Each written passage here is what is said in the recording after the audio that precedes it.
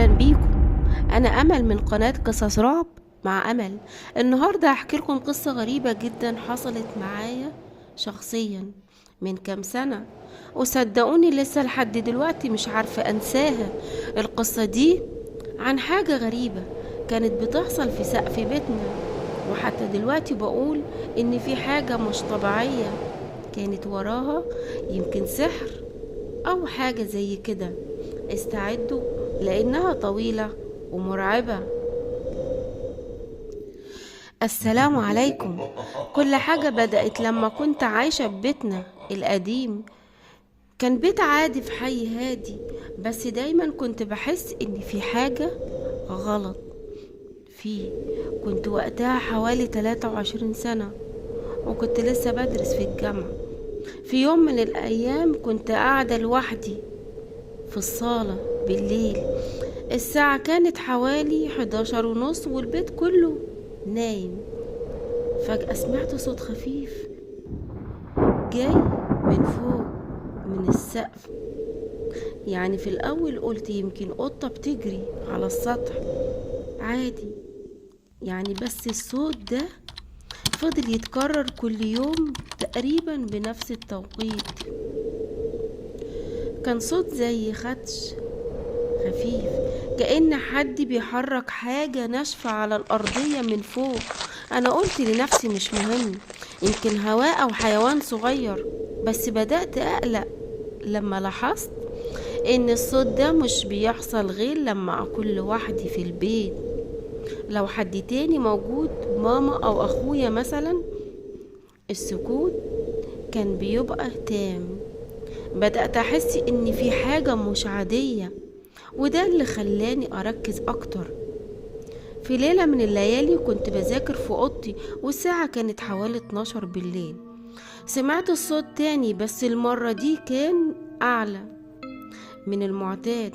مش بس خدش، لكن في زي صوت خطوات خفيفة، كأن حد صغير بيمشي فوق السقف. قلبي بدأ يدق بسرعة، وقمت من مكاني وبصيت على السقف. طبعا ما شفتش حاجة، بس الصوت كان واضح جدا. قلت أكيد في حاجة غلط، لازم أعرف إيه اللي بيحصل. تاني يوم حكت لي ماما، قالت لي يا بنتي ده خيالك، ما تخافيش، يمكن فار أو حاجة. بس أنا ما اقتنعتش، لأن الفيران ما بتمشيش كده، وكمان السطح كان دايما نظيف. ماما كانت بتروح تشوفه كل فترة. قررت اطلع بنفسي ابص، فطلعت السطح الصبح وما لقيتش اي حاجة غريبة، لاني لا اثار رجلين ولا خدوش ولا حتى رمل متفركش ولا اي حاجة. السطح كان زي ما هو، فاضي وهادي. ساعتها قلت خلاص، اكيد انا بتخيل. لكن اللي حصل بعد كده غير رأيي تماما.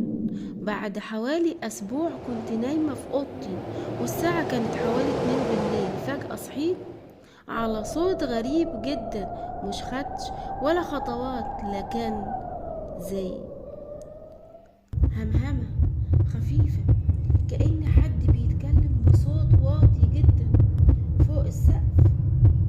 قمت مفزوعة وسمعت الصوت ده بيزيد، وبعدين سمعته بيقرب من ناحية الحيطة اللي جنب السرير. أنا قلبي كان هيقف.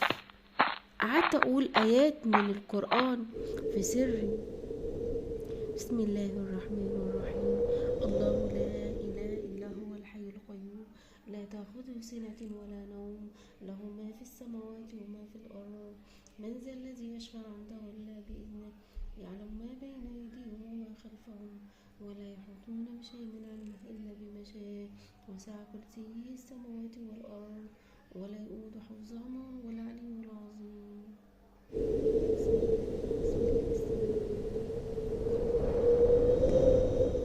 علشان أهدى، بس الصوت ما وقفش.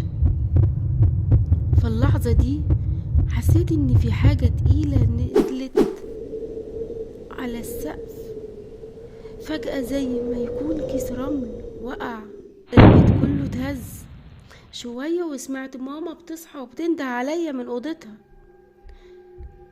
ايه اللي وقع ده؟ جريت عليها وقعدت احكي لها، وهي قالت لي ما تخافيش، يمكن حلم. بس انا كنت متأكدة اني ما كنتش بحلم، انا كنت صاحية وواعية. بعد الحادثة دي قررنا نكلم شيخ، سألنا عن اي حاجة غريبة حصلت قبل كده وحكينا له عن الصوت. طلع على السطح معانا، وبعد ما بص شوية قال لنا انه شاكك ان في حاجة مدفونة فوق، يمكن ورقة سحر او عمل من حد كان عايش في البيت قبلينا. قلنا لازم نرقي البيت ونحاول ندور على اي حاجة مش طبيعية. فعلا بدأنا نقرأ قرآن في البيت كل يوم، وكلمنا واحد يساعدنا نفتح جزء من السقف نشوف فيه ايه.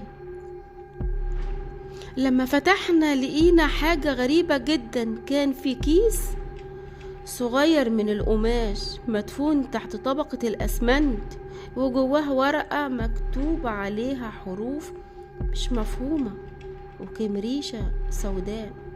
أنا وماما اتجمدنا في مكاننا، والشيخ قال إنه ده شكله عمل سحر قديم، وإن اللي عمله كان عايز يأذي حد عاش في البيت ده. حرفيا الكيس ده بعد ما الشيخ رآه، وبعدها بكم يوم بدأت الأصوات تختفي تدريجيا. بس لحد دلوقتي كل ما أفتكر الصوت ده أو الهمهمة اللي سمعتها جسمي بيقشعر. أنا مش عارفة مين اللي عمل كده ولا ليه، بس اللي متأكدة منه إن في حاجة كانت عايشة معانا فوق السقف كل الوقت ده. ايه رأيكم في القصة دي؟ لو عندكم تجارب زي كده اكتبولي في التعليقات، ولو عجبتكم القصة ما تنسوش تعملوا اشتراك في القناة علشان تسمعوا قصص اكتر زي دي. والسلام عليكم.